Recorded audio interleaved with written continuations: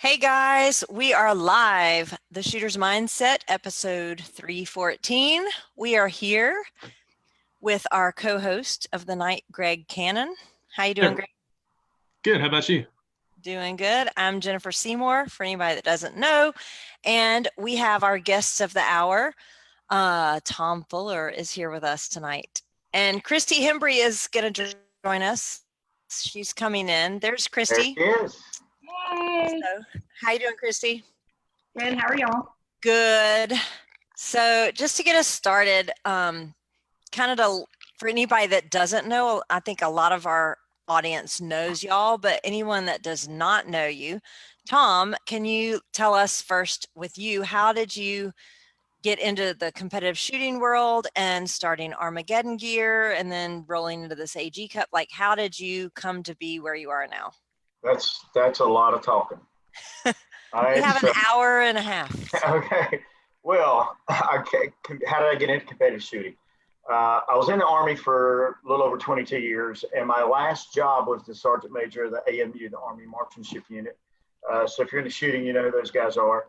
And my job wasn't there to shoot. I was the Sergeant Major, but I got to go shoot, and I liked it, and I was okay at it. So I kept doing it when I got out. Now, next, when I retired, I went to work for Bushnell. A lot of people know me from those days. And I left there and started Armageddon Gear. I kind of saw a hole in the market, high-end American-made soft goods for the gun industry. Most of the big players have been bought out and moved overseas that were doing the government stuff, and that's kind of where I was thinking we were going. We do. And but also we serve the PRS market, and as well as the military stuff, and been shooting PRS since it started, actually shooting it before it started when it was a sniper type cup and the sniper type matches, the AG Cup. So I've been involved in 3-gun, Camp Perry, national matches there, pretty much every shooting sport, and I see them come and go and get hot and then not, and part of my business is around the precision rifle series and the long range shooting precision rifle sport. And I'm watching it grow, and I've seen a lot of sports grow like this, and it's growing very wide and it's growing very shallow. So the AG Cup was an idea to say, hey, look, a lot of these guys have been around a long time. They get into the sport, they get to the top, they win, and then that's it. And then they kind of fall out. And you can think of a lot of names of guys that just don't shoot as much anymore. They used to be on top even a few years ago. I thought, man, if we can grow the sport a little taller by doing some cash payouts, giving some money out, and maybe it catches on, maybe we can bring some more sponsors on board, because now the shooters are more involved. Their sponsors are more involved. But, we've done the part about let's grow it taller. For the top guys, it makes it aspirational, which continues the growth at the bottom. And that was the idea. It worked great. So the part we have to kind of continue to work through and bring on board is we've got something great for the shooters. We've given away over $60,000 just in the series.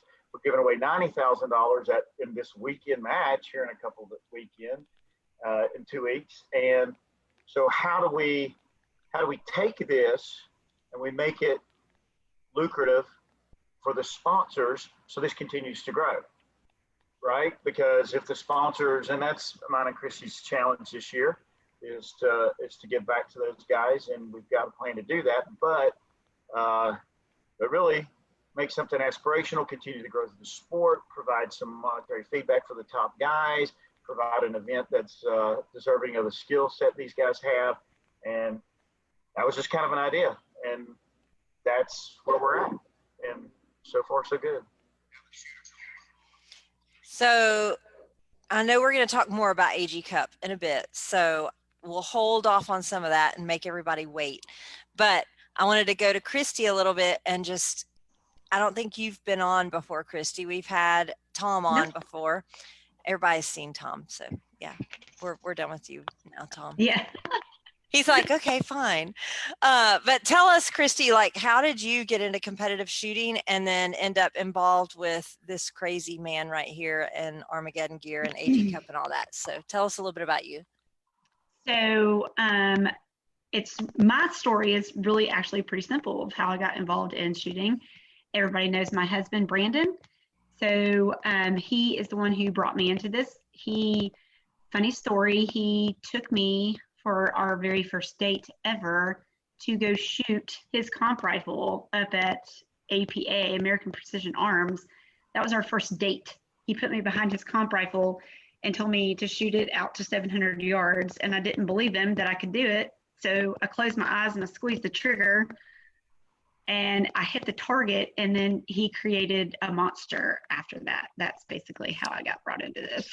So impacting at 700 yards when you've only ever been hunting your entire life was a pretty big deal for me. So he created a monster at that point, and it's been all uphill or downhill if you probably ask him from there. So, and then Tom, who is actually, he's a really amazing guy. He brought me on to help him with the AG Cup last year when he had this awesome vision of just growing the sport and, bringing all the epic shooters together throughout the entire nation. He had a vision and he tasked me with him. And I think we did a really great job last year, and we're going to knock it out of the park this year. So basically, I can't disagree with you. I think y'all did a great job last year.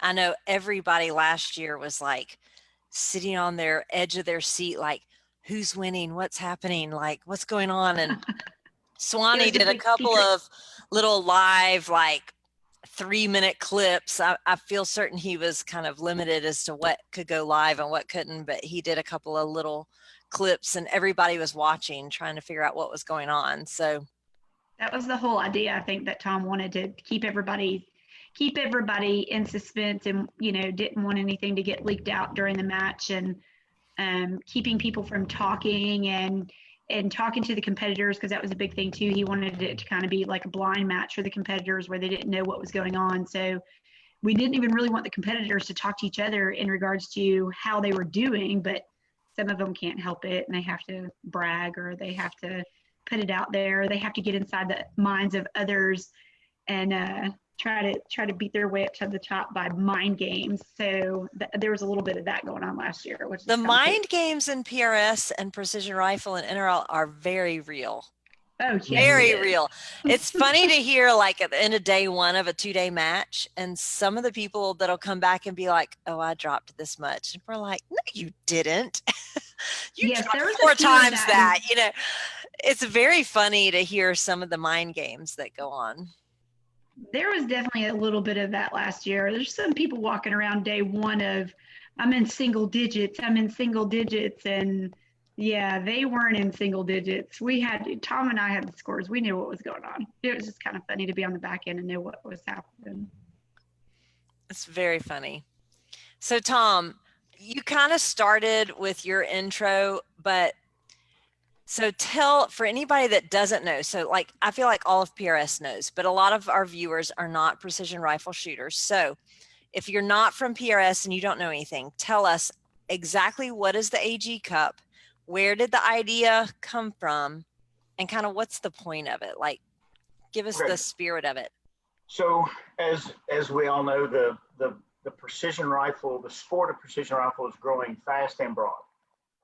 So the idea was to create an event that was worthy of the top competitors in the sport, create an aspirational event for new people entering the sport to strive to be at, and make it lucrative. The idea was, if we could do that and pull it off, it would grow the sport taller and give people kind of a funnel to go up, instead of just the same old thing every weekend, no matter what. As much as I would love to have, a Thunder B certificate, a lot of guys are like, man, how many of these can I pick up if that's the best thing? And that's no Brandon. Any sponsors. Yeah, he's got all of them. But it's like money's money, right? And we've got great sponsors and great companies in this sport that give to it. Everybody does. But this is an expensive hobby. And if we can actually turn it into a sport by monetizing it, I think it'll change some things.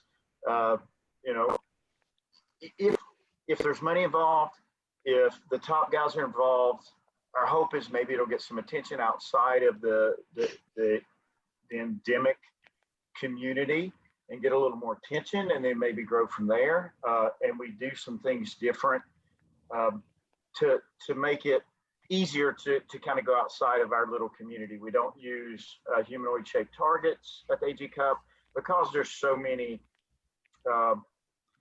The Shooting USA it's going to be a TV show for them again. You guys are going to be there. We've got probably 3 different video crews. Outdoor Life TV, or Outdoor Life's going to be there with a crew. Several independent video guys that we're going to have there. Tactaholics is going to be there. There's Taran. Humanoid targets is a turnoff to a lot of people. Using the word shooters, turn off to a lot of people. It's what we do.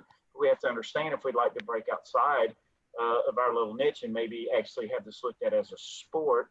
I mean, we do a few things a little different. So we're going to do that again this year.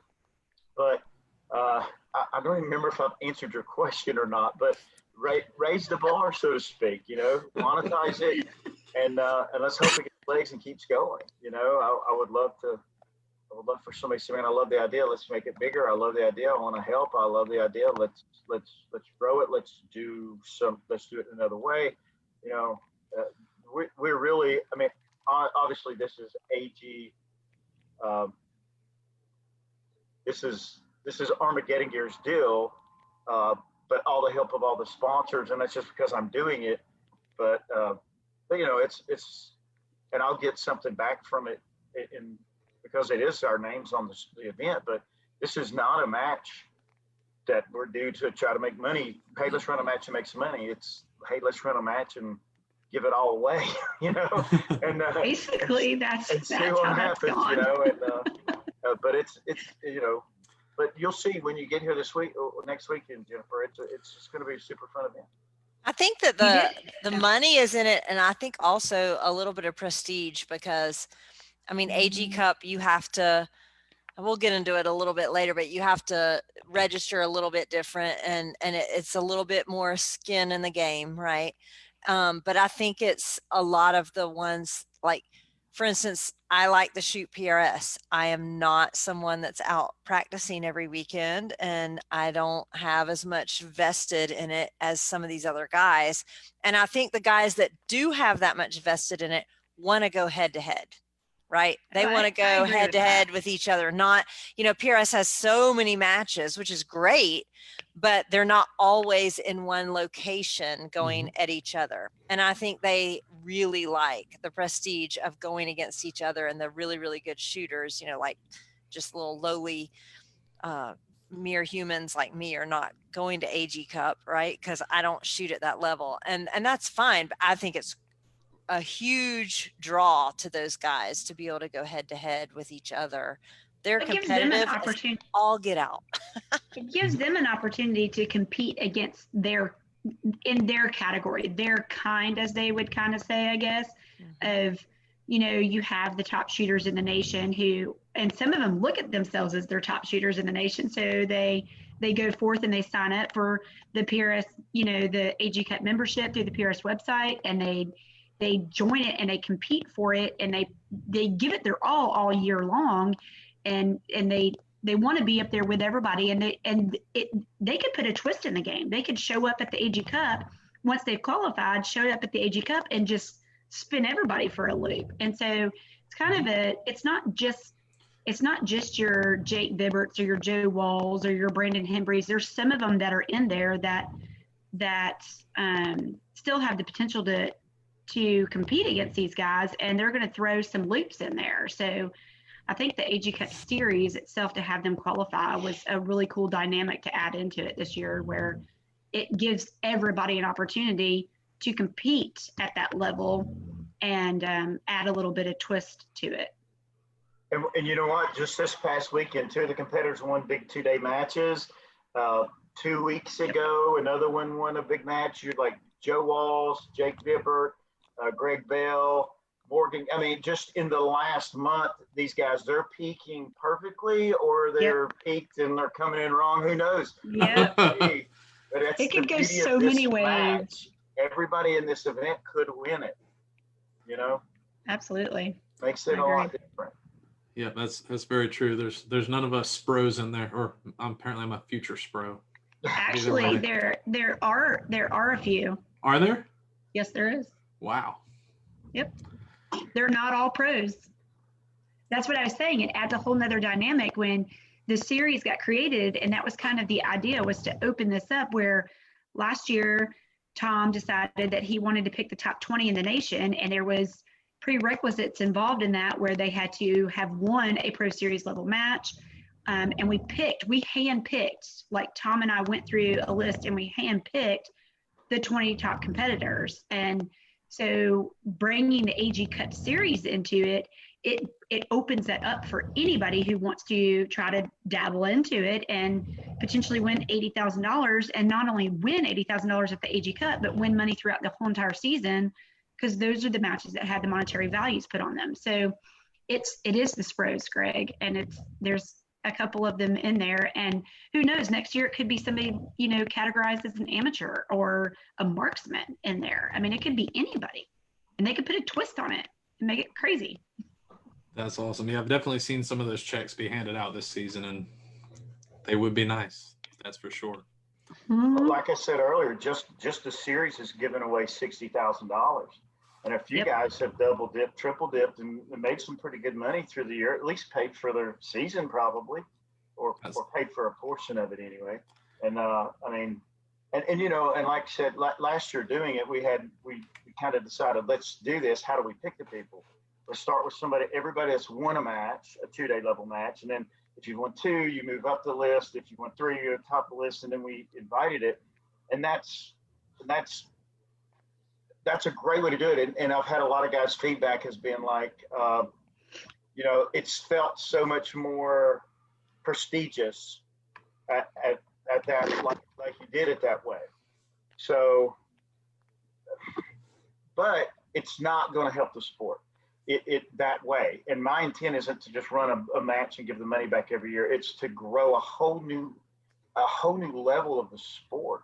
That will transcend everything. That just, hey, you're in it to win it. There's money changing hands. Guys are getting paid. I mean, right now, the local level, the qualifier series are paying back, $10,000 or whatever it is, $15,000.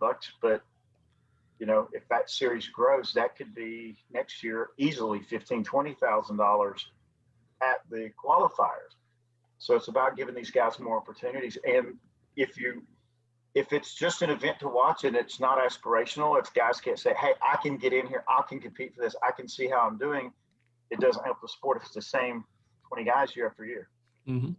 Right. So speaking of winning and winners, I have a live question from a winner. Jake Vibert wants to know if we're going to have Swanee cook steaks again this year. I also want to know the same thing. I want to just know if media is involved in that then. I haven't heard last year. That's a lot to ask somebody to say, hey man, buy steaks. It's 50 people plus guests plus sponsors.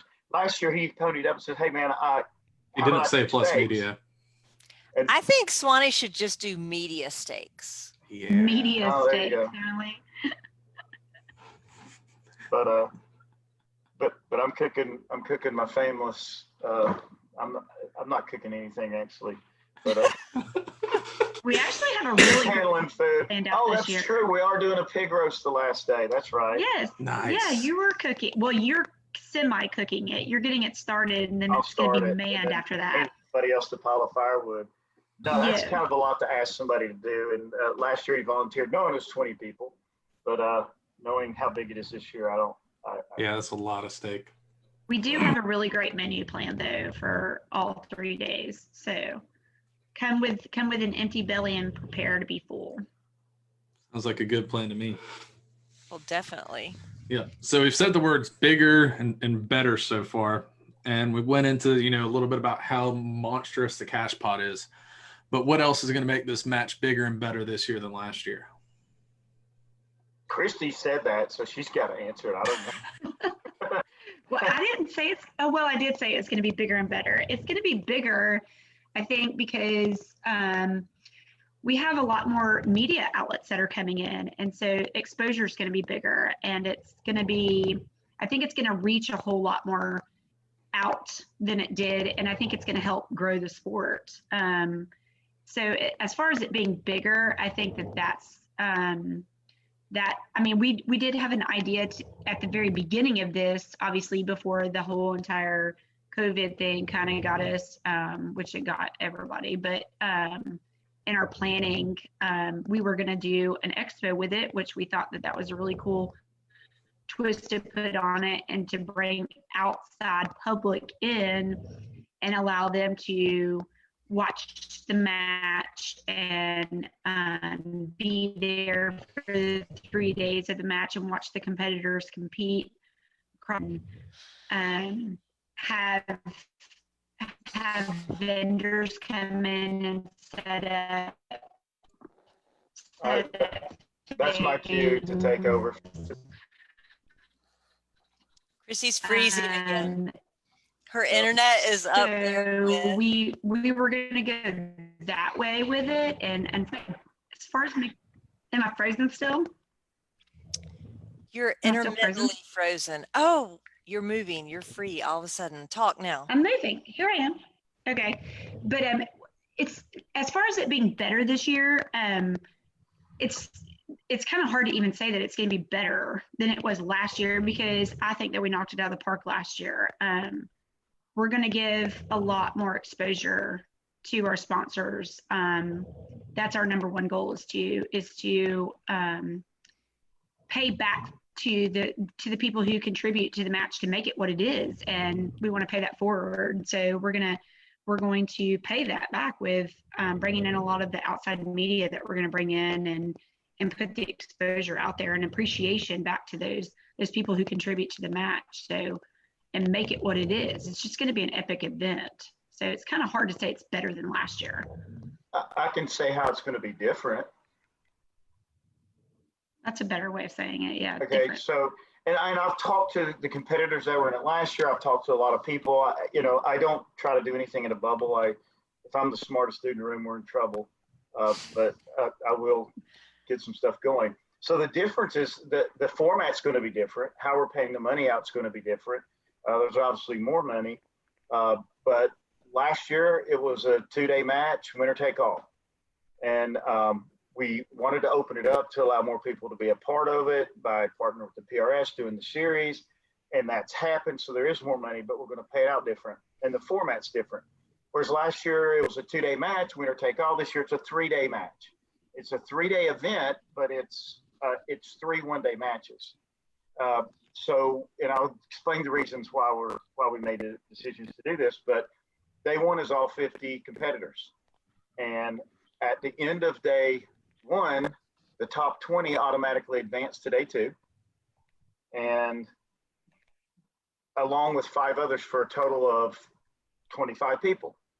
And those 5 others, based on their score through the series, added to their day one score of the AG Cup. That's weighted times 2.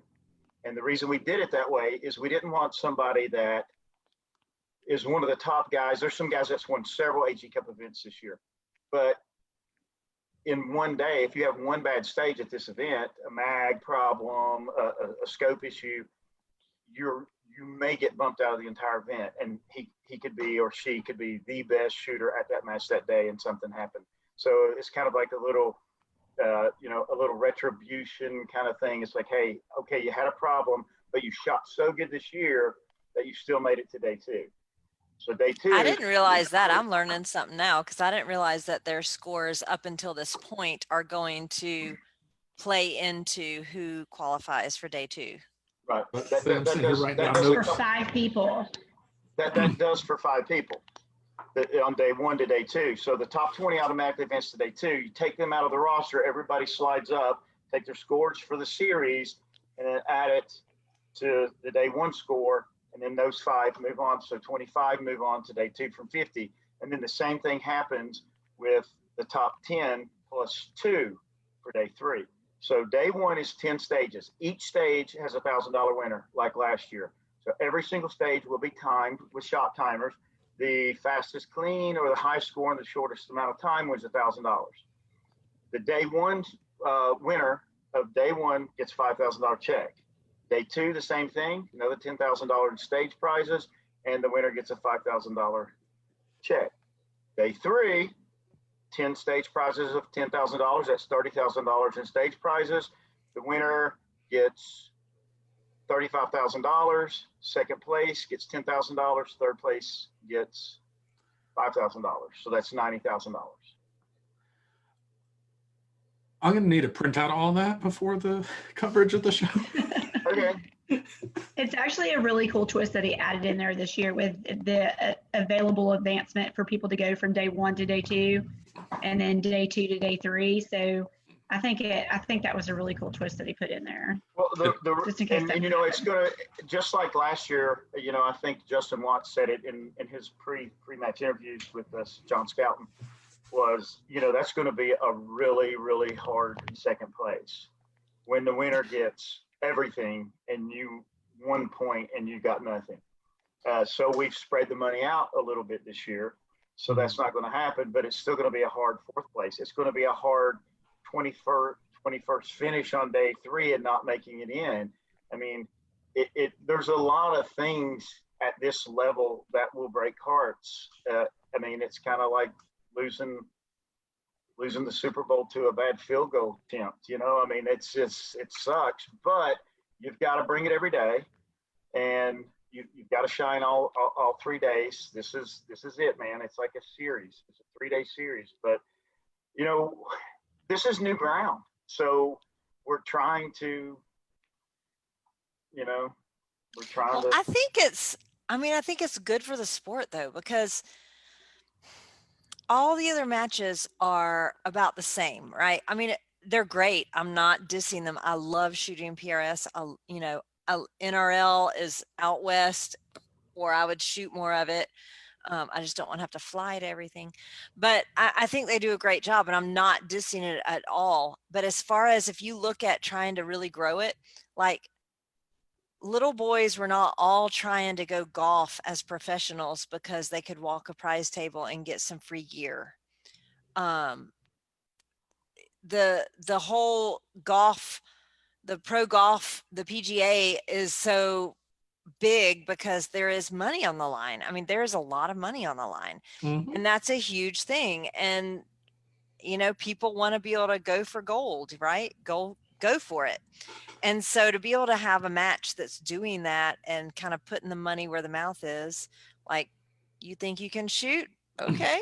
Well, don't just talk about it on Facebook, you know, come out here and show it, you know, and these guys are doing that. They're showing that they can shoot. And I think all the guys that qualify and girls that qualify for this match have shown that.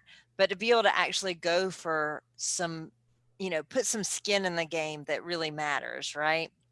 Because they're like bringing the Bianchi Cup to the Precision Rifle Series. Right. Basically. Exactly. Right. It's just, it changes it. It changes it completely, and the process of how you get there and what you're going for.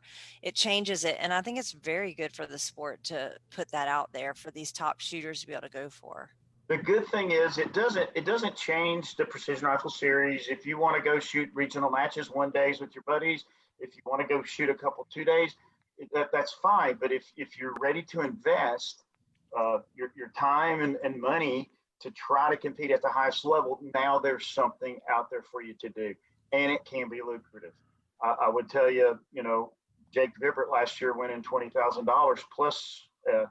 You know, I'm trying to remember if he won a stage win or not. Doesn't matter. $20,000 to walk away from with in your pocket is a lot of money.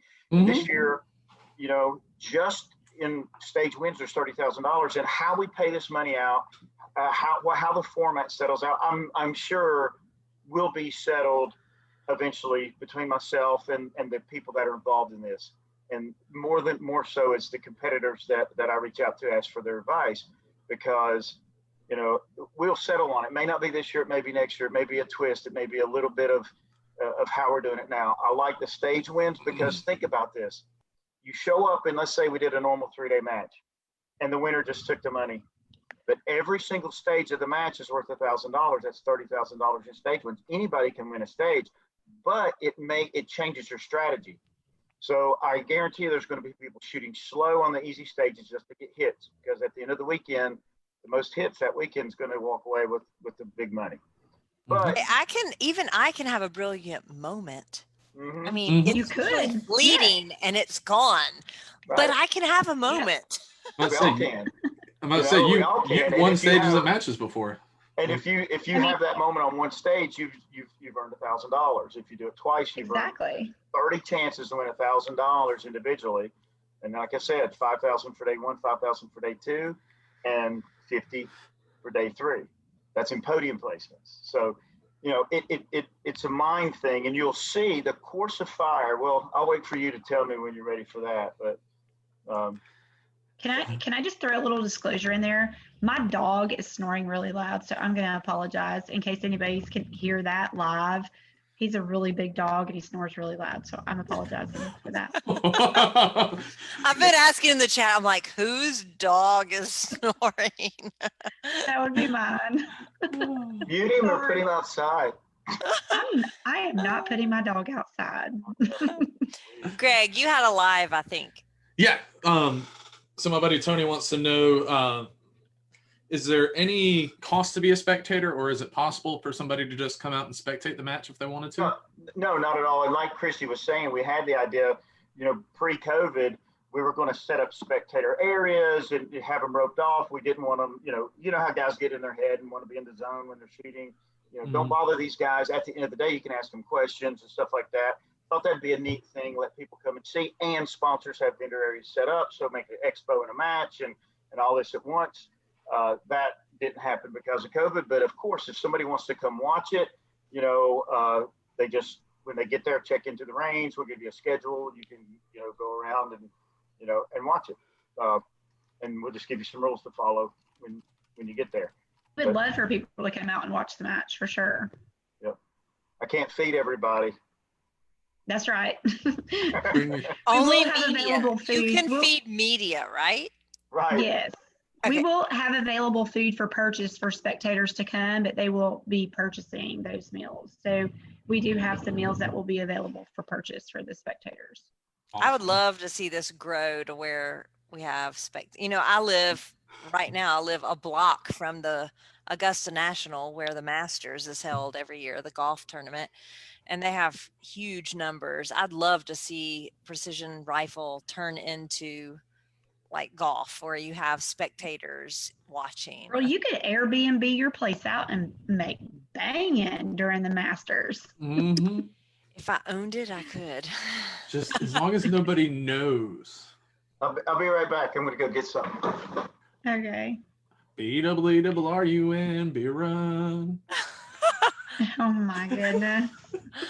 Don't sing. Dear God, just don't sing. Okay. Aren't you ready for a 5-hour car ride with me next week?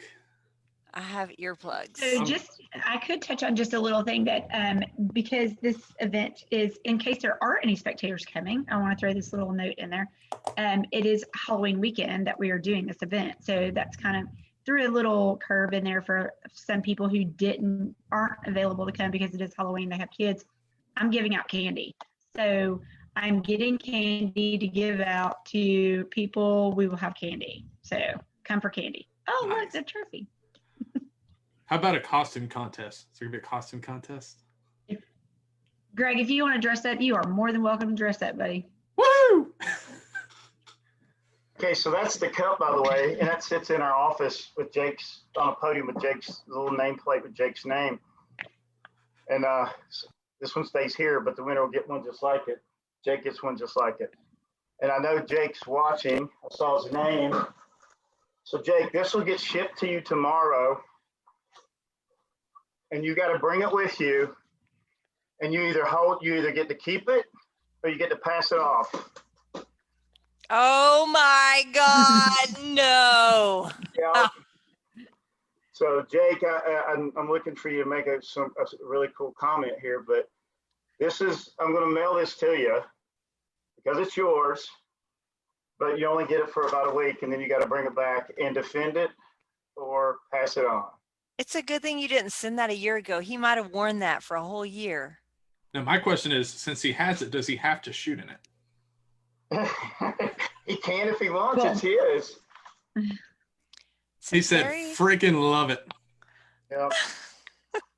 I think he should at least have to shoot one stage in it. Yeah, are there like side stages or bonus stages or something? Yeah, there actually is. We're going to do So- two. It should be required he wears that. Mm-hmm. Agreed. We're going to do a few side stages. I like them. We did two last year, two $500 side stages, and we'll do them again this year. With 50 people, it's going to be harder to get everybody through in the same manner we did last year, but we'll figure that out. I think you'll figure it out. So talking about stages, like I know this is kind of top secret stuff and you can't give too much away about the stages, and I don't want you to, but just kind of in general, how do you direct a match with the top shooters and ensure a tough match that's challenging for these guys, but also, you know, causes some separation, right? You want some separator stages. How do you do this? Some of these guys make it look so easy. They go to a PRS match and they like clean and make it look easy. How do you make it challenging and make it, divisive for them? Well, I do it with my fingers crossed. You know, my number one thing is complete fairness. Everything above board, every shot counts. No, I don't want any, I don't want anything to happen that is like, that was a weird stage, I didn't like it, it was a game changer stage, or that was the matchmaker stage. Some matches you go, this stage, maybe half the field may get a 1 or a 2 because it's just so hard and difficult, and maybe a little luck involved.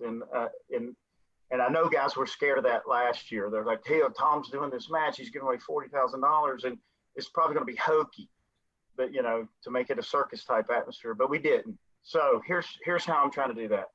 Number one, make it awesome, make the shooters, the competitors, know that it's just a straightforward stage. This is a shooting event. This isn't a find the target event. This isn't, I figured out the trick to this stage event. But so it's a little higher round count than normal, more 12 round stages. Guys saw that last year, a little more movement, a little more thinking.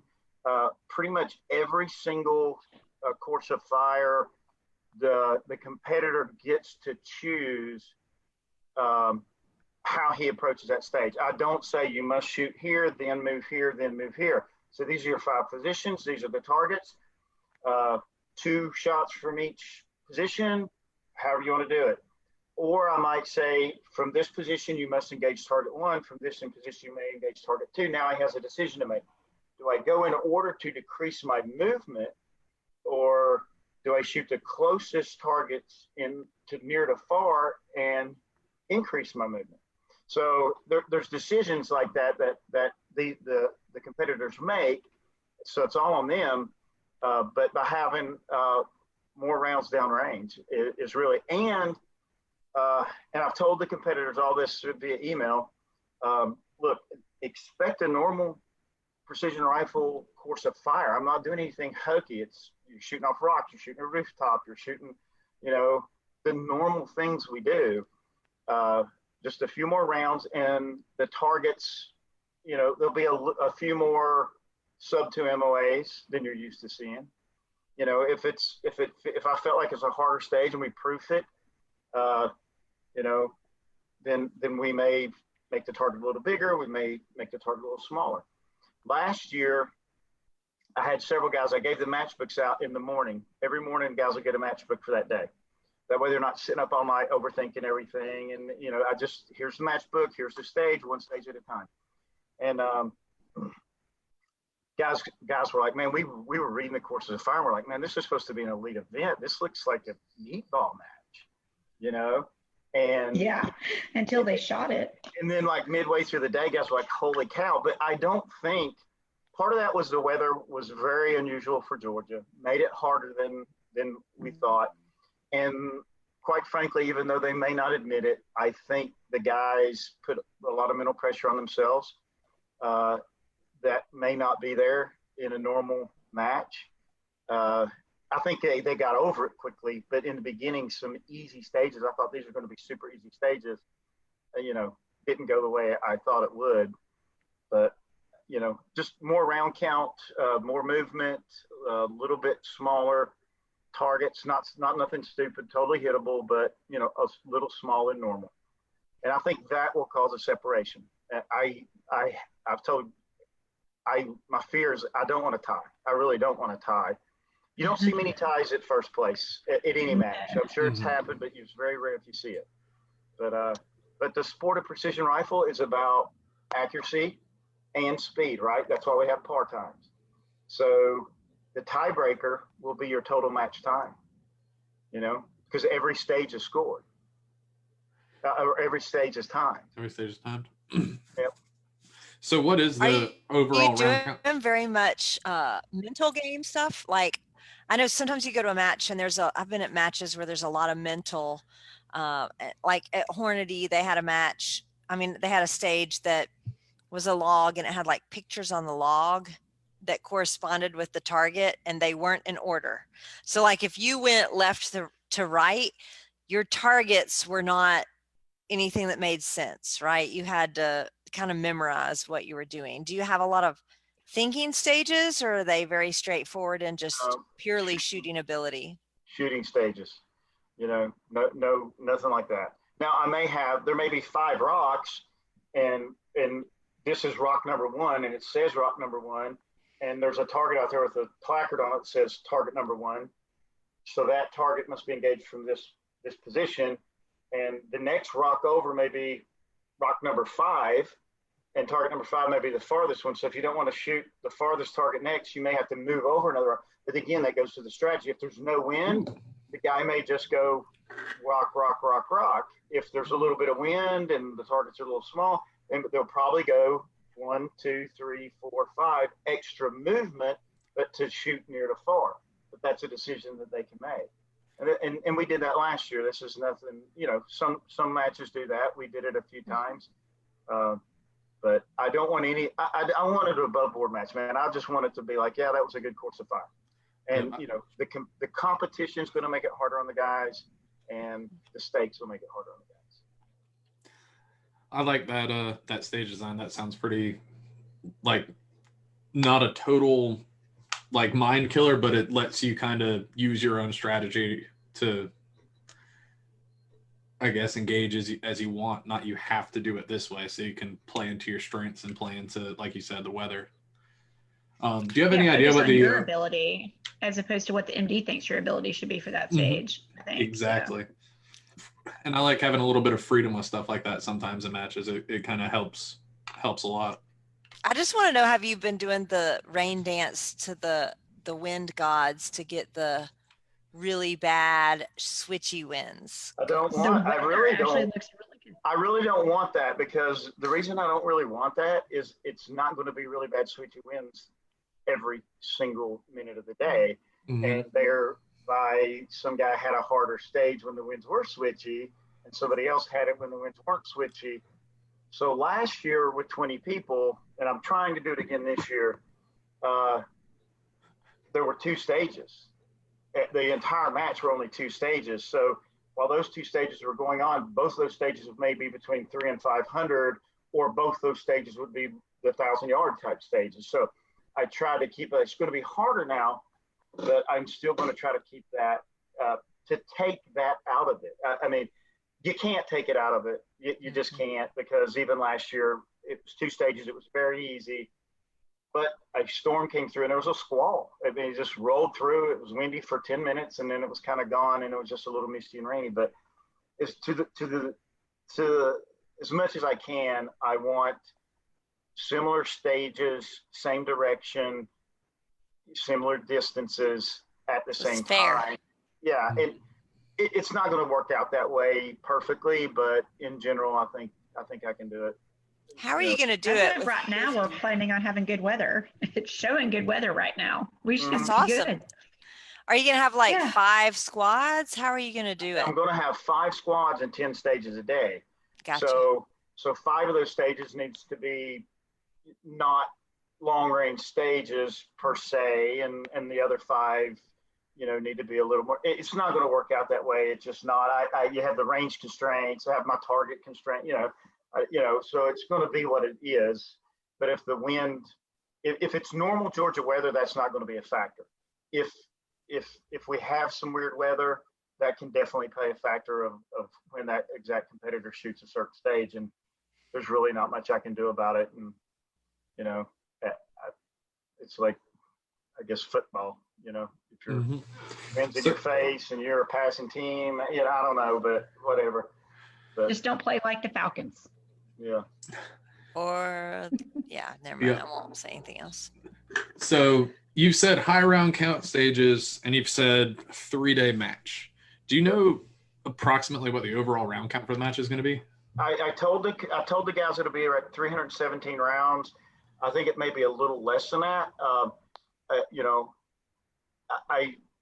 It's going to be around that 315 rounds. And when I say a high round count, stages, there'll be more 12-round stages than normal. So Is that including the side stages, Tom? no.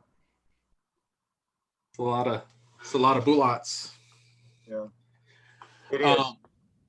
So back to when we were talking about setting up the stages and designing the course of fire. Jake said it was the best course of fire he's ever shot to date. Every stage was a challenge. And then Sykes said, pressure. Last year, he watched 3 people make multiple attempts to insert magazines backwards. We talked about it. So we did a show right after the AG Cup with Jake and y'all. You and John Scouten were on it, and it was funny talking about the amount of pressure it put on these guys. Like, these are guys that go out. Robots. These are guys that go out and shoot motion. these PRS matches and win them. I mean, they win. So it's not like they are intimidated easily, but they came to this, and this format just kind of unnerved some of them, it seemed like, and totally changed their mindset and how they attacked the stages. And I kind of thought it was interesting to watch that and see how There's they. a lot of money. Yeah, it's a lot of money on the line. It's different, a little more skin in the game. The entry fee was a little bit more. Yep. You're putting it out there a little more than just, I'm going to go show up at this match, and if I do good, okay, and if I don't, who cares? There was a little more to it. It was really interesting to watch the psyche and how it changed for some of these guys that are just beasts. But I'm glad I'm on the administrative end of it. I watched some guys shooting, and like later after the match, I said, man, you look really kind of out of sorts. And he goes, well, I didn't feel that way. He said, man, I felt just like I was shooting a match. But watching them and having seen them shoot matches before, maybe the guys were going very slow, and it was weird. And we all know your mindset, the name of the show, is so important. And you get a guy, like, let's say Justin Watts last year. I mean, he struggled day 1. He came out day 2 and said, you know what? I know I'm out of it. I'm just going to go and try to win stages. And he almost won the match because he was the best shooter of that day, hands down, and almost came back and was in the running for the win up until the last couple stages. So I think it was just, he dumped the pressure and started shooting. You have to ask him that, but that's kind of my perception. I don't know that. That's really what was going on. But I mean, I think it's a fair, assessment of what happened. But I got a lot of the competitors were shooting a lot slower than you would normally see them. And I think they were like, hey man, accuracy trumps everything. We threw the speed thing in there with $1,000 for every stage to make some guys go fast. And there's going to be some super meatball easy stages. There really is. But if you're like, oh, this is so easy, I can knock this out of the park, and you drop one, it'll hurt your overall chances. So again, I did that on purpose because it adds a whole dynamic to the competitor's mind. I think it would to mine, and and it just makes it fun as an event. That's something that I think Scout did a good job with some media he did where, ka-ching, there's $1,000, ka-ching, there's $1,000. He did a little video like that. And cool. it turned out good. So there's several reasons we did it that way. But mindset's huge. I mean, Mm-hmm. I know matches I've put pressure on myself, like maybe I had a new sponsor or I felt like I should be doing better than I was doing, and I just derail. I do awful. And then like I've had a rough year and went to a match a month ago. Now was the NRL 22, and was like, I don't even want to shoot this match, but I kind of just want to get out because life has been hard. So fine, whatever. So I went and shot Greg's rifle at a NRL 22 match, and I won the match. She whooped my ass. So I had no pressure. I was like, whatever, I'm gonna suck at this match because everything's been going on life-wise, whatever. I'm going to be terrible at this. And that's the match I won. So it's funny, the pressure that the human mind puts on itself and how it affects it. So it's really fascinating to me to watch these guys that are, I mean, phenomenal shooters. They all are. I think all 50 of them that are going are phenomenal shooters. So, well, check this out. You want to talk about the pressure the guys are under competing in this event? Last year I had 2 ROs for the entire match because there were 2 squads. Eric Lundberg, quintessential RO. Imagine how, I'm glad I didn't have to RO that, man, because it's like, Right? I mean, Eric is like the RO though. He's the best RO. Love you, Eric. He is the he's on here golden too. child. but it's like, I know, we should have had him on here, man. We totally should have. We should have had him on Well, here. He is like after the fact, most let's epic. get him on here on the follow-up AG Cup one and see his perspective, because he I'm saw interviewing him at the match. He saw every It would single be great person. to get his perspective. Let's say, do you want me to message him and see if we could? I will definitely get with him. I love Eric. He's like, I still remember my very first PRS match that was a solo PRS match. And I was on the struggle bus. Let me tell you, it was ugly. And I had a match, I had a stage that I was like, it was terrible. And I remember he like kind of helped me along a little along the way. He's always been such a gracious, wonderful RO that is so fair, but he also understands the shooter. Man, he can spot targets for sure and impacts. He's really good He at sure spotting can. impacts. He is the RO. And for ROs that I planned that out last year as well as this year to make sure I have really good people that are above board, whose integrity will not be questioned, things like that, where we can be like, okay, these guys are on glass, these guys are calling, we know they know what they're doing. And even with that, nobody's perfect. And at the end of the day, I was so worried about it last year that we had phone scopes and cameras on every single target, every single shot. So if there was, a protest from the competitor to the RO saying, I hit that, I could come in and look at the video and go make a call.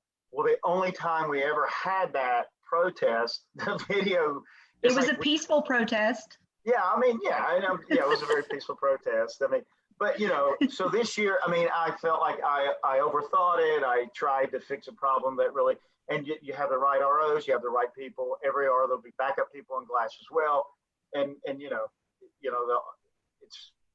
it's just one of the things that is almost, until this is on, ESPN and we can see an instant replay with HD cameras and not a tripod that's shaped because it's on the same tower as the shooter, and it's you can't tell.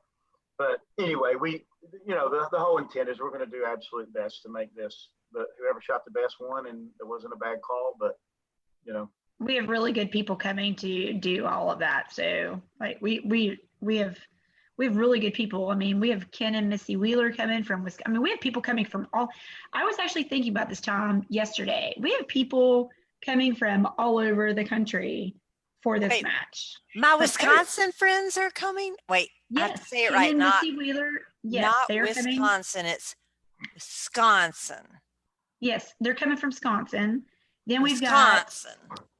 got our folks coming in from Missouri. So we'll have George and Brian. And then we've got our folks coming in from Kansas. We have Lori Cucarita and Jason Slinkard. We've got Eric coming in from Alabama. We've got Haywood coming in from Florida. I mean, we have people scattered out everywhere coming in to just put this match and just put it all together and make it the most epic match ever. And we can't thank them enough. Number one, that's like number one. Some phenomenal people coming to help us, and it's greatly appreciated. Greatly appreciated. Eric says, ooh, candy. I'm definitely in, Christy. So you better have some candy set aside for Eric, because Is this Eric Lumberg we're talking yes, he's the Okay. RO with the mostest. He needs some about? All candy. right, Eric, I need to know your favorite candy. You bring me gummy bears, I will bring your favorite candy. There we go. All right, so we talked about that last year. The competitors were like all kept in the dark, right? Nobody knew the scores. Nobody knew what was coming or where everybody stood. So how are y'all doing that this year? Is it going to be the same way, kind of a blind, or is there going to be like the Masters where there's like a scoreboard that tells like who's in what position? We're going exactly 180 degrees from last year. We're having a scoreboard that's going to be updated. It's basically just a big flat screen TV that's going to be on the range. It's going to be updated after every stage, and there's going to be a big red line across it that shows where the cut is. So you can look at it and go, man, this guy is 1 point out. The competitors don't have to go look at it, but you guys can Facebook Live that. So where last year you mentioned Swanee was running around sneaking some Facebook Live stuff and all that, but this year we're going to Facebook Live. We're encouraging the sponsors to create content from this event because people are going to want to know where everybody's standing, and we're going to try to keep everybody updated. So if you follow the AG Cup that day, we're going to be doing live from there. If you follow any of the sponsors that you know are going to be there, if you already follow them, you'll be able to see them guys. And I'm encouraging everybody, man, let's make it an event. I don't know how that'll change from the competitor mindset, because I think no matter what, everybody kind of knows where everybody stands. It was a different dynamic than normal, but it still will be blind stages for the competitors, or at least semi-blind stages to some degree. So no talking about and sharing win calls. It's good. It's very sharing win calls, talking about how you approach stage will be considered cheating if that happens. And all the competitors understand that. This is all on you. No competitor gets the benefit of watching another competitor run the course of fire. So the way it'll work is, and Arena Training Facility really lays out well for this, because all the shooting positions are up on a berm, and then the competitors are down below the berm, so you can't see what they're doing. Are y'all going to let them look through glass? Like, I mean, I'll be honest, when I get to a stage, I look through glass, and if the entire right side of the target is gray, I'm like, dude, everybody's like missing off the right. Yep. So the way that works is instead of watching somebody shoot the stage, everybody gets a range brief. Everybody gets a course of fire briefing. They get, I can't remember what I told them, but several minutes to glass the stage, look at it, figure out their game plan. And then before so when the competitor in front of them is done, as he's signing his, signing off on his score, the next competitor has 30 seconds on glass before we start him or her. So 30 seconds, you can look at the wind. In 30 seconds, you can look at the targets. You can do whatever you want to do. That sounds fair. I think so. Well, one of the things with all this, we've said that we're going to be there covering this. So if anybody out there that's watching has any questions they want asked, I'm probably going to do a post tomorrow morning, which is about 10 days out from the event. I want to know what y'all want to know, because I get to interview all these competitors. and ask them all the questions that anybody wants to know. So I want to know, what do y'all all want to know from these competitors? What's, whether it's what gear or what their mindset is. I know that y'all have more creative questions than what I have, so I would like to hear what everybody out there wants to know from these guys that are the top shooters. So kind of keep that in mind. And if you think of anything, you can either post it in the comments or private message me, but I would love to hear from everybody as to what they want to know from these guys that are shooting at a level that's pretty much above most of us mere mortals. Because yeah, I want to know how the wind whispers. I just want to get in their brain. What do I you agree. see? I want to know too. There's a lot of them. I'm like, how do you know that? Mm-hmm. Like, I'll sit there and watch them looking through glass, and I'm like, how are you reading that?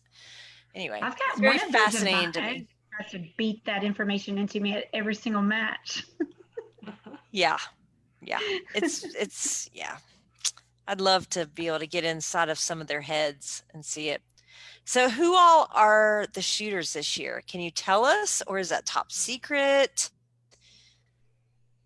Yep. It's a long list.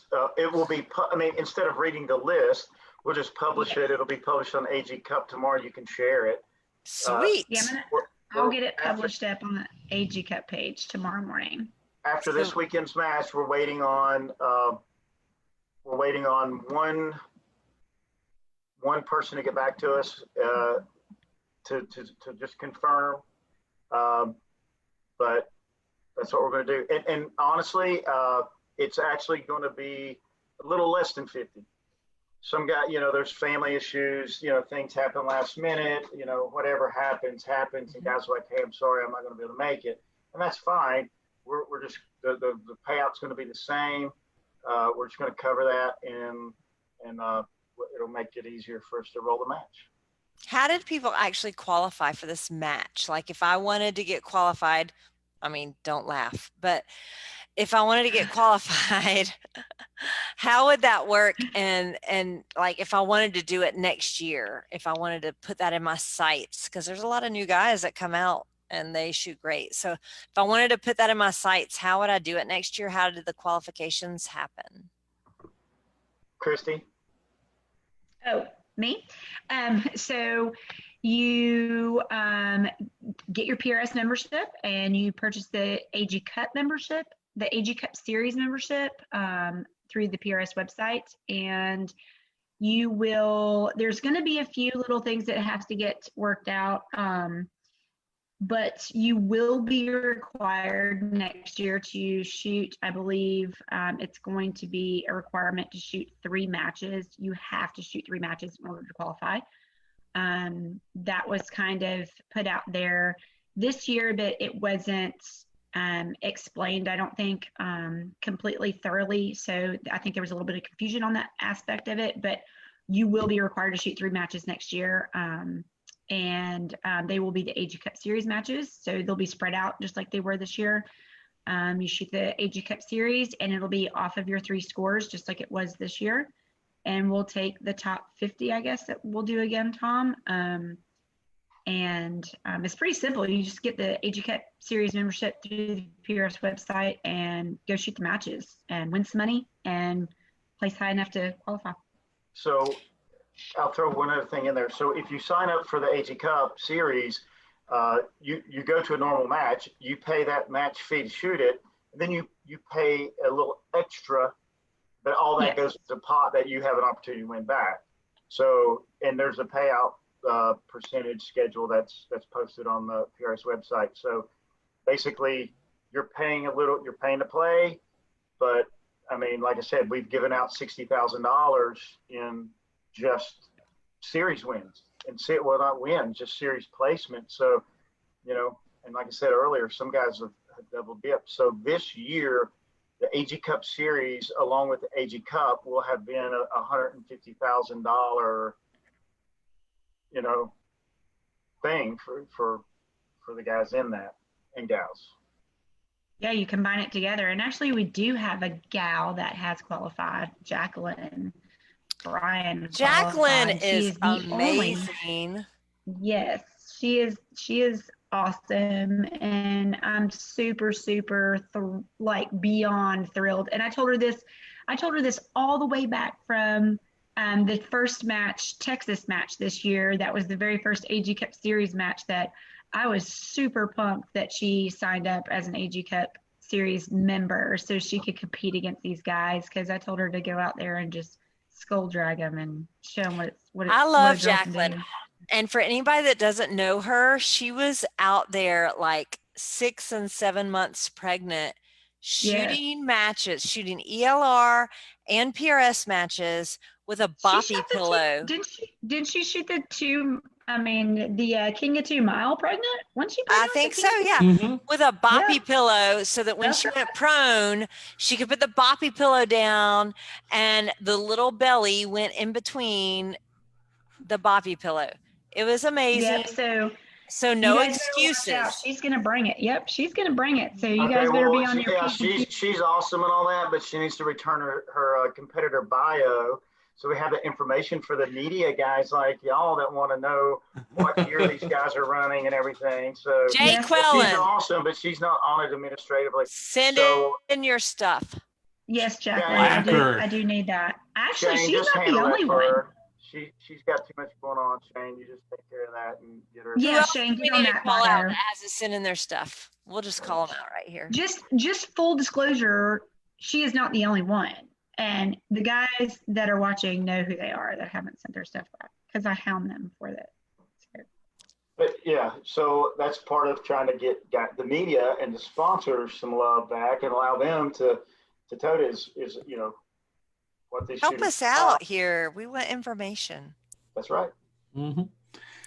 So we always have the usual top finishers for the season and matches, and we're assuming a lot of those people are going for the AG Cup. Are there any people that really stand out as like brand new shooters or really new shooters that decided to go for it and actually made it to the match? Morgan King. Not sure if I know that name. I didn't know who Morgan King was prior to this series, the AG Cup series. I don't know how long Morgan's been shooting, but he's won several matches, Yes. here, I believe, and he's up there. I mean, he didn't do it last year. So Clay, right now, Clay's got the most points in the AG Cup series, and he was a favorite to win last year. Well, you can't talk about who's in it and all that stuff without saying the defending champion, Jake. I mean, he's got the belt and the cup, and No pressure, Jake. Yeah, well, it's his. He's the champ. But man, I mean, the whole list is just people that and that you're like, man, you couldn't. I don't know how you pick a winner. I don't know if anybody's doing a Calcutta again this year, but man, there's just so many. Man, I mean, just looking at the list. I've got to pull it now. It's just crazy. But I don't know. It'll be exciting for sure. Yeah, I would definitely hate to pick a winner or loser in this event.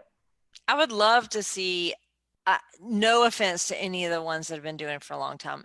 This is not what I mean, but it would be really cool to see a new guy on the block that just comes in, that just like does the work, tears it up, and like shakes it up a little bit. I guess I'm one of those people. There's gonna be some shakeup, I'm sure. Yeah, I guess I'm one of those people. I like the underdog, right? I'm the one that like, oh, that football team has sucked for like 30 years. I really want to see them like beat Like everybody. You must be a Jets fan. I'm not really, but it's something about being the underdog and watching the underdog come up and like show up, really. And so I'd love to see somebody brand new come in and just show it out, Well, you're going to be there to witness it, so it could I happen. know, Mhm. and I'm going to interview all of them. Yep. I'm going to be like that annoying person after the Olympics. Your entire life has hinged on this moment and you just fell off the bars. How do you feel about that? Oh, God. I think I'm gonna set you up near the 0 range during the day. So, what brings you back down here to the zero range after the stage? Shut up. As someone that went It to the looks like zero this is your range third a trip to lot. the zero range. The walk of shame to the zero range and back. But you know what? I'm telling you, there'll be a zero range up there all the time because, like I said, I don't want this to be. I want, okay. Last year, Bradley Allen went to the zero range after a horrible stage, had to do some tweaking, and then went back up and was in the top 3 as well. So, hopefully, and this is the thing too, about doing a start over from day one, kind of thing. I mean, no matter who shot great or no matter who shot poor on day 3, if they made it to day 2, everybody's starting all over at 0, man. So, and for the obvious reasons, but to make it exciting at the end too. I mean, if it's easy to say as a competitor, man, I could shoot really good. I could be the best shooter all weekend and still lose just because I didn't do good on day 3. Yes, that's true. But if we want to make this exciting for, more than just us, if we have any hopes of, growing this even out, I'm not saying it's going to be on, the nightly mainstream TV, but within the larger gun industry, outside of the PRS industry, if it becomes, the viewer event, even for those guys with interest that may not follow PRS, that would if they saw it more. So that's kind of what we're going to try to do this year on that angle. Still run a great match, but we were looking in last year. We wanted this to go good. We were worried about the event. It went off well. The competitors are happy. That was our number one concern. It's still our number one concern, equaled with let's get it out there. Let's get it out there. Let's people hear about it. Let the sponsors get bangs for a buck. Let's make it something that maybe companies that aren't sponsoring this want to be a part of once they see how this comes off. I mean, I think we do. We added that whole thing we have Zoom Bait. So we have a fishing company that has come in and not just supported the PRS community, but they're supporting the AG Cup also. And just that in itself, with any company or any sponsorship or any support from outside of our industry community, it speaks volumes for, I think, us as a community in itself. Well, that goes totally to our next question, which was about the sponsorships, because I mean, I think the whole point of this match is to grow the sport, right? So there's y'all have multiple sponsors that are kind of outside. I mean, you look at the precision rifle, and everything in precision rifle is a lot of the same companies over and over again, which is amazing. Those companies are amazing for our sport. However, if we don't branch out from that and get some outside sponsorships that are not within our community, we'll never reach outside of our community, right? Because our community is kind of small in the big scheme of things. And so you've got to be able to look bigger and reach bigger, right? Get those non-endemic sponsorships to kind of help grow the overall community. Right. You can't keep asking the same companies to sponsor and to support everything. You've got to go outside of it. So y'all really have done that, haven't you, Tom? Well, we're trying, and we have some companies involved in the precision rifle series that haven't, in the AG Cup, that haven't traditionally sponsored. Zoom Bait came on last year as they committed to the AG Cup and then started doing the series. Now they're part of the PRS. And so they, you got to think they're seeing something in return. 6 Hour, they obviously make scopes and guys run them. They're supporting the AG Cup. Magpul is sponsoring the AG Cup. There's a company called Oneida Molded Plastics that does most of the injection molding stuff for the gun community. Polymer stocks and things like that.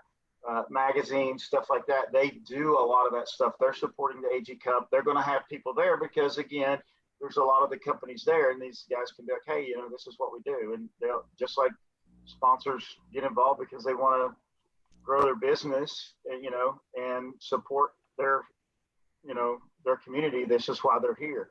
But, majority of our sponsors are people that you know and that sponsor a lot and give back and give back and give back constantly.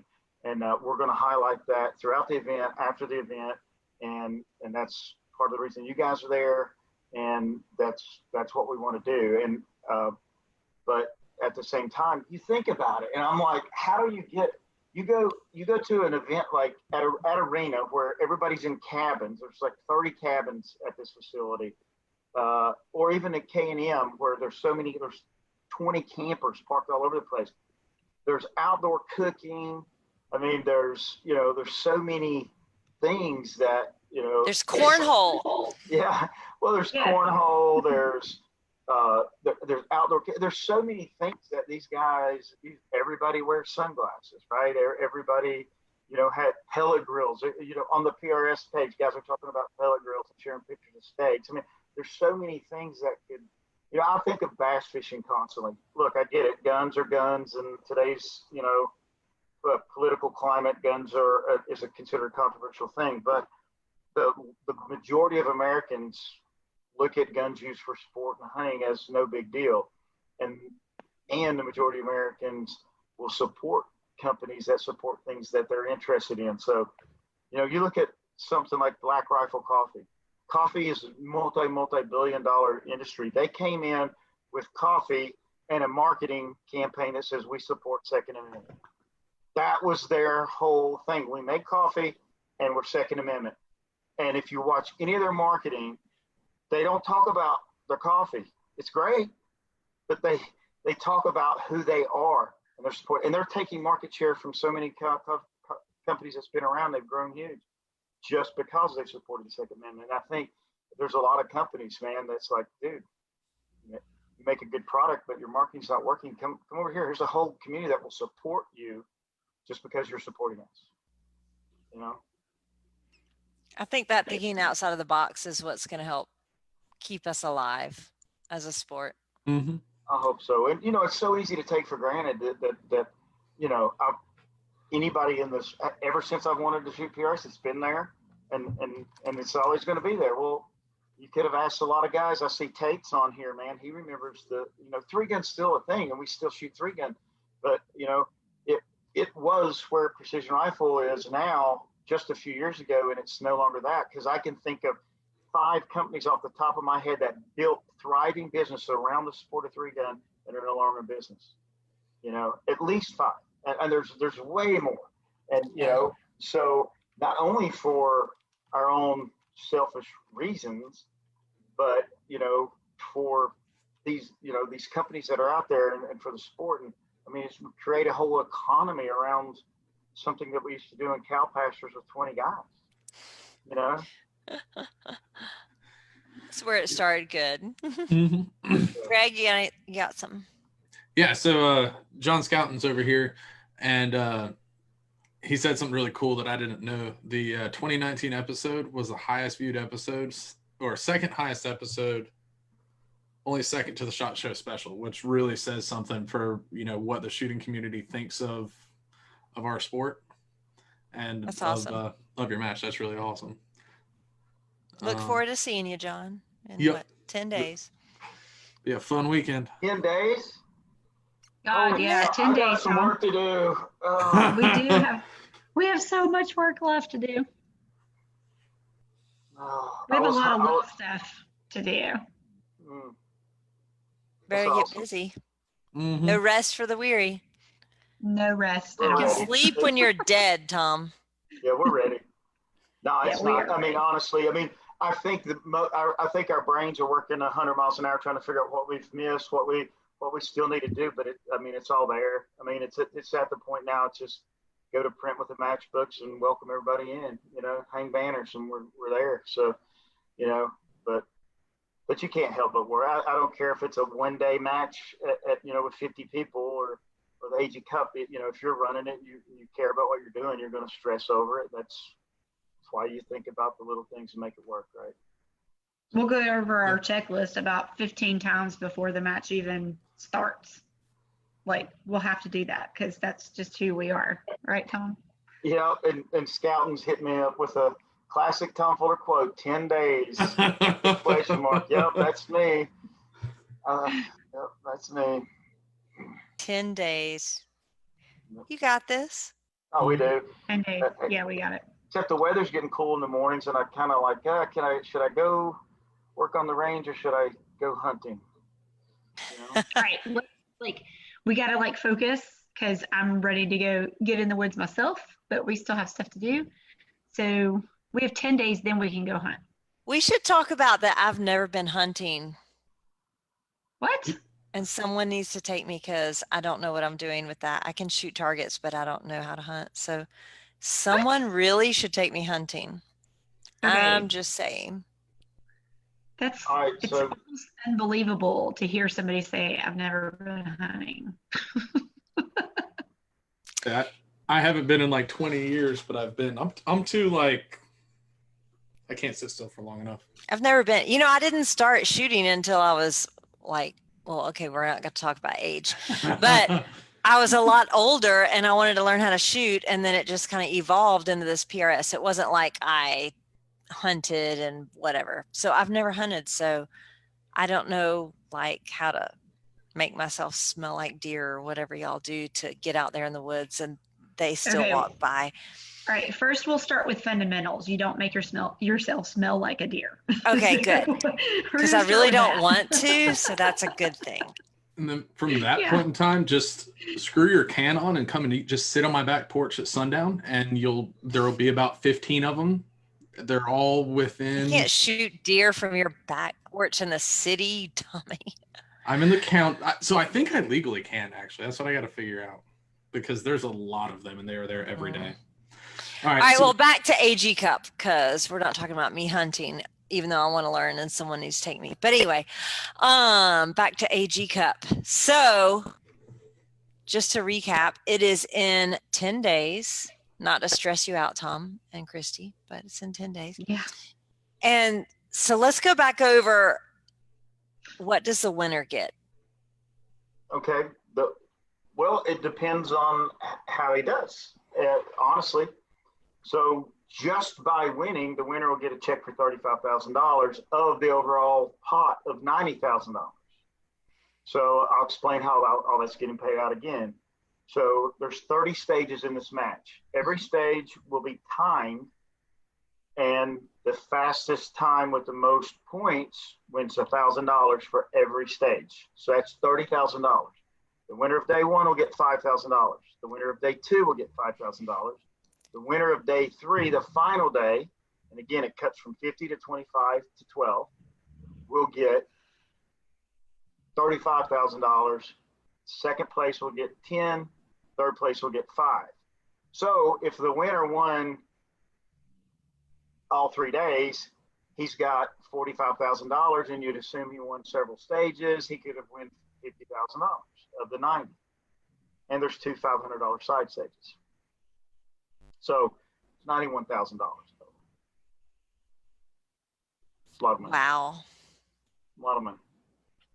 I mean, if the winner Damn. wants to like take us to dinner, it'd be okay. Yep. That'd be nice. That's pretty unprecedented though, really, in this sport. Yeah, To have that much prize money is pretty unprecedented. So it's pretty cool to be a part of it and to see it. And I'm really, really excited to be there and to kind of watch it unfold and see how it goes. It'll be very, very interesting. Yep. It is very. It'll be a good time.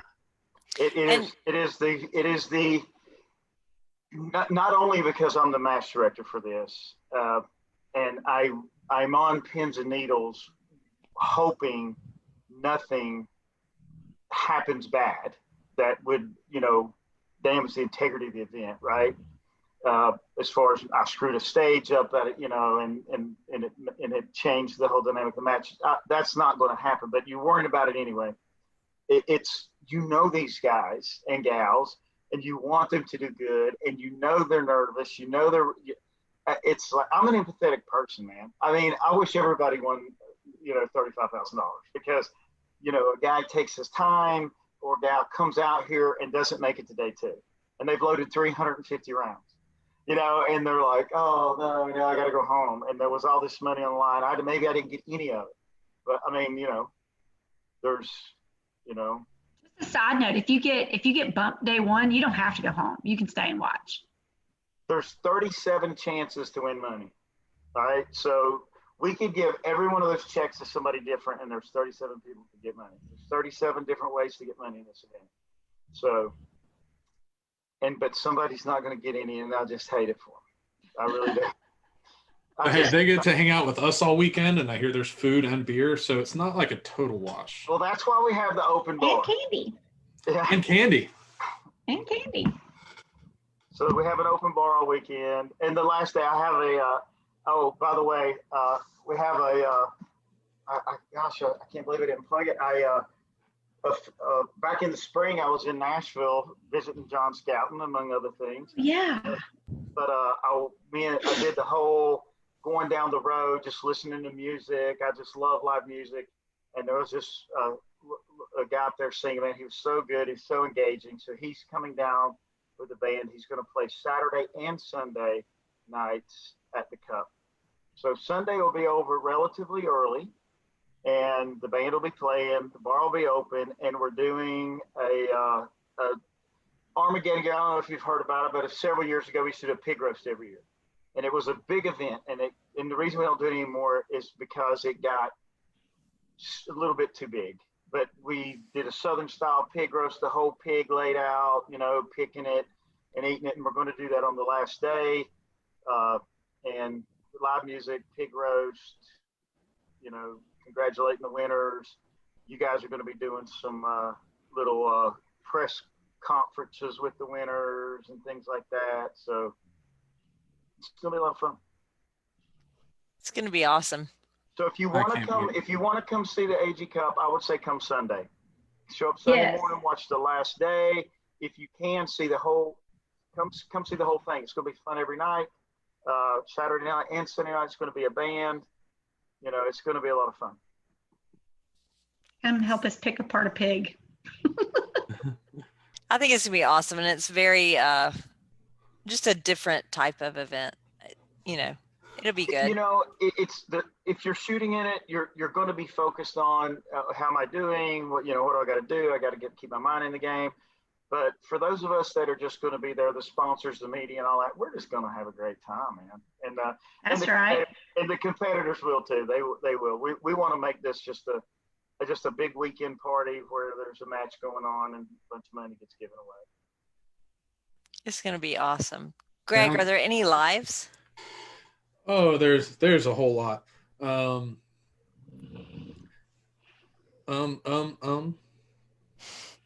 Hold on, it froze up on me. It won't scroll at all.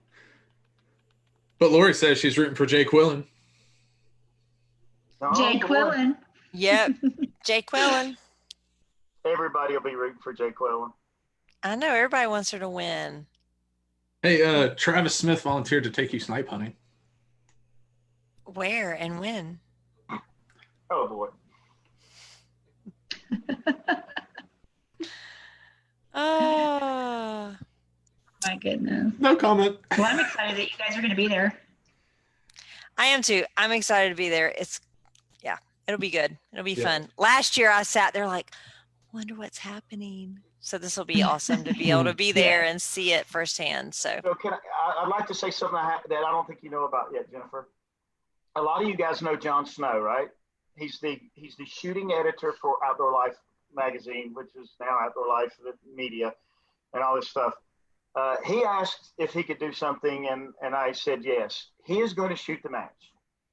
He's going to shoot the match, and then he'll have a TV crew follow him for the Outdoor Life Media, and he's going to write an article about how it was to be inside this match. He can't win any money. Even if he does well, he's not going to win any money, but he's going to be there shooting the match against these guys. So he's going to do TV, whatever, internet, whatever. He's going to do a video show about doing that, and he's going to write about it in Outdoor Life, which will be good for the sport. Very good for the sport. he's a bigger man than me because I don't want everybody to see everything I miss. So kudos on him for real. I'm not being a smart aleck. I'm totally kudos. Yep. Well, he's going to stay out of the way of the competitors. He's going to be last every stage and just kind of, follow along. I'm not going to let him. But anyway. But that's awesome. I mean, I think Mhm. that's great to see it from that perspective. You guys are going to be there talking to competitors, sponsors. You guys, the Precision Rifle Network is going to be there too. Another DG or another GD podcast. The Outdoor Life Crew, Tactaholics, of course. John Scouten from Shooting USA. So That was Who really is it? good. Who is that? Do we know him? Yeah, I've heard he's a big deal. We I had had Greg Moore coming and doing stills again, right? I had a friend that was like watching the Outdoor Channel and was like, there's this guy that talks about keeping it in the 10 ring. And I was like, yes, I know them. Oh, that's awesome. No, it's going to be a great event. I'm totally excited. I'm excited to see all the competitors there. I think it's a really great field that's coming. Mhm. I think it's a lot of great shooters. I think there's some newer shooters and some older shooters, and I think that's great to see that mix. And we got a female with Jacqueline. So bring your A game, girl, because we're going to interview you because you're the only girl. So Mhm. you're going to get a And I'll lot of try press. to have her bio available for you so you have questions to ask her, Jacqueline. Jacqueline, send your bio, girl. She just put on there awesome pharmacist, wife, mother. There you go. That's all you need, right? Yeah, that's it. Tom, John wants to know if your media guy that's shooting, if he's going to shoot day 2 and 3 also. Yes. All 3 days. But we can keep him out of the way of John if that's what he's getting at. Jacqueline says she's sorry. Send Okay, it in, Jacqueline. I forgive you. She's not the only one, so it seems like we're picking on her, but she's definitely not the only one. These people know who they are. Oh, that's hilarious. Anyway, I'm super excited about this, and I really think it's good for the sport. I mean, it's going to be a fun weekend. So selfishly, I'm excited that it's just going to be a good weekend, but I also think it's really, really good for the sport. So I commend y'all for putting this out there and putting it together and doing it. I think it's really, really great. So I think Tom did a really good job with his vision and wanting to put it out there. He's does a really good job with that. Yep. It's pretty cool. Pretty cool. So everybody can just like watch the Shooter's Mindset page that weekend. It's Halloween weekend. We'll be posting stuff throughout the weekend and some things after it. I'm sure all the other media outlets will be also posting things. But if you really want to stay up to date, make sure you go on the Shooter's Mindset Facebook page and turn on live notifications. We're going to be doing as many live videos as my cell phone service will let us. I was about to say, I think I'm getting told that we're going live, so there we go. Yep. Yeah, we'll be doing as much live as we can. Follow the AG Cut page also on Facebook and Instagram, so we'll have stuff being posted there as well. Yep. All right, well, I think we can wind this one down to shout outs. Greg, I'm going to let you start. All right. I have GSL suppressors. I got 2 sitting in jail that'll look real good on the end of my beautiful green things at Crack Shot Pawn and Firearms in Thompson, Georgia. Shooters and Sharpshooters of Augusta are 2 local outdoor ranges, indoor and outdoor. They still have ammo in stock, so if you want to go shoot some, they got ammo available if you're shooting there. PDC Custom for the most beautiful rifle chassis known to man, available in the beautiful lime green or like normal, boring, lame colors. NDZ Performance to build a really sweet Gucci Glock for not a whole lot of money. Phone Scope, Shooter's World Powder. I still don't know any place that's actually ran out of it yet, and it works really well. I'm getting single-digit SDs, and all I got to do is drive over to Shooters of Augusta and pick some up anytime I want because it's always in stock. Hunter's HD Gold, if you're blind like I am, or even if you're not blind, it'll enhance your vision. It increases the contrast, makes seeing everything really well. And Vortex to keep your rifle nice and clean. Sweet.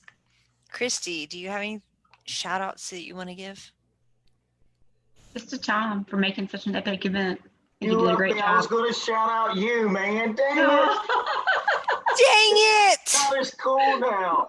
But that is my shout out. I mean, the sponsors of the AG Cup, which are going to be getting lots of love, and you're going to see them all there, and instead of reading the whole list. But truly, I'm, other than saying, hey, I want to do this, Christy, make it happen, and I'm out here putting pickets in the ground, hanging targets. If anything else goes wrong, it's her fault, but it's not because she's good at it. My fault. But it's not because you're good at it. I love Nothing's it. Every going time wrong. I've talked to Tom, Tom's like, we want you to come to AG Cup. I'm like, okay, well, what are the logistics? Christy will handle that. She's really good at it. She's found her calling. She's an event planner and coordinator. So, Event planner coordinator. It's my calling. For the AG Cup. and mine's to get great ideas and just pass them off. That's right. That is exactly it. Well, my shout outs are to thank y'all both for coming on here, because I know it's been 2 hours that we've been on this Zoom call. I know we weren't live the whole time, but 2 hours you've been hanging out with us and putting up with all of our questions, and you'll get more in the next 10 days. You'll probably sick of me because I'll be like, give me this information. Totally But fine. Great. but I just want to thank y'all for bringing this to the sport and coming on and talking about it and all that. So that's a huge shout out for y'all, for Armageddon Gear, for supporting the shooting sports in general and doing this match. And then of course, Macmillan Stocks for awesome stocks, and Night Force Optics, and GSL suppressors that's in the safe because I was lazy tonight. Sorry, I didn't get it on. And Sharpshooters of Augusta and Shooters of Augusta, Vortec, HD Gold. I'm sure I have other stuff, but I don't remember. So anyway, we're just going to wrap it up, and because everybody's probably sick of hearing me talk. So I just want to thank everybody for coming on the show and watching, and everybody tune into the AG Cup stuff.